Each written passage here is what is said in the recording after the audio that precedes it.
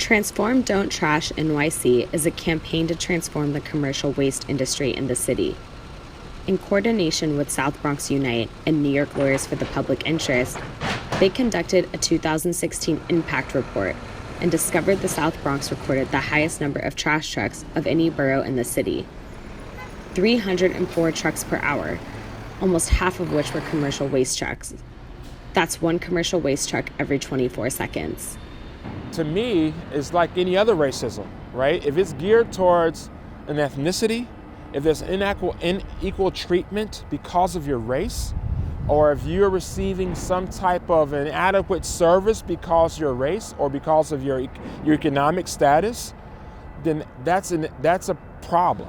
EPA recognizes environmental justice communities because they've been overburdened and oversaturated with situations that are causing environmental harm. The trucks and garbage that come to this facility right behind me is a real problem for our community because of the way it smells and the amount of diesel trucks coming in and out of our community every day. Breathing air is like one of the most primary functions a human being has, right?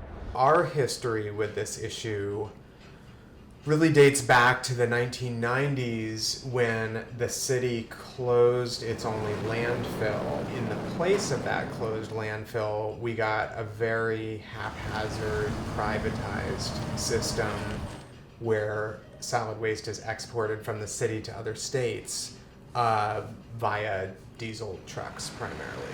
But New York Lawyers for the Public Interest, the way we kind of came into this issue was through a sort of equity and racial justice angle around the private waste export system.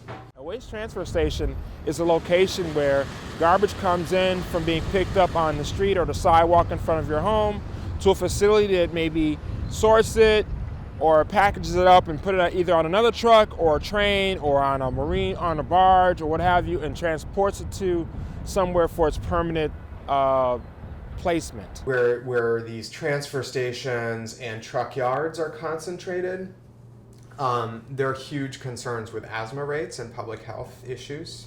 So the South Bronx, for example, it's some of the highest asthma rates in the nation.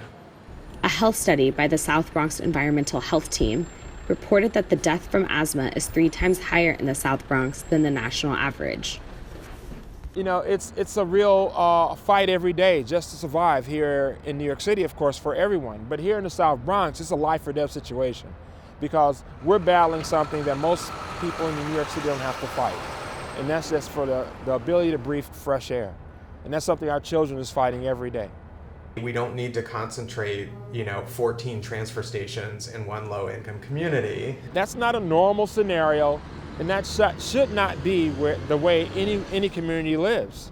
So what's causing it? How can we stop it? And how can we do something different? De Blasio administration and the city have committed to this basic idea that we would gain a lot from going to a zoned commercial waste system.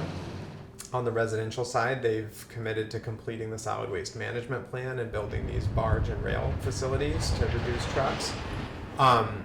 We think that's great, and we applaud the city for committing to these plans and tackling the solid waste problem. I think from a community perspective, the devil's always in the details.